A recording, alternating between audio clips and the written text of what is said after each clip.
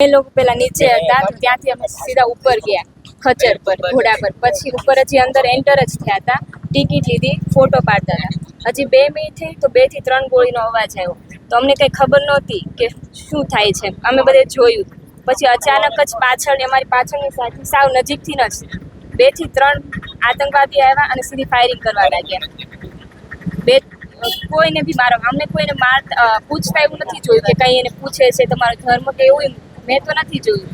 અમને પહેલાં એવું લાગ્યું કે આર્મીવાળા છે, ફાયરિંગ થતી હતી તો અમને એમ થયું કે એ આર્મીવાળા છે, જોયું તો એ કોઈને બી મારવા લાગ્યા હતા અને કંઈ બીજું કંઈ પૂછતા નહોતા અને કોઈ આર્મીવાળું કે કોઈ સિક્યોરિટી ત્યાં હતી જ નહીં.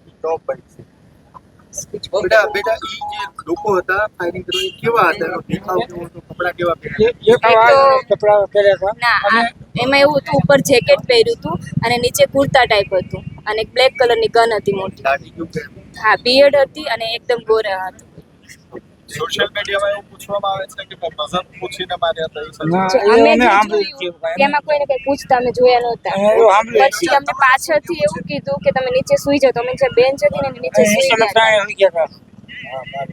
ઓકે, તમારું શું કહેવું છે, સરકાર દ્વારા કેવા પગલાં લેવા જોઈએ? ત્યાં તો એવું કહે છે કે 12 તારીખે કંઈક 4 પાકિસ્તાની ત્યાં પહેલાય પકડાણા હતા, તો ત્યાં આર્મી વાળા કેમ નહોતા, કેમ સિક્યુરિટી ત્યાં નહોતી? ત્યાં હોવી જોઈએ ને. બીજું કંઈ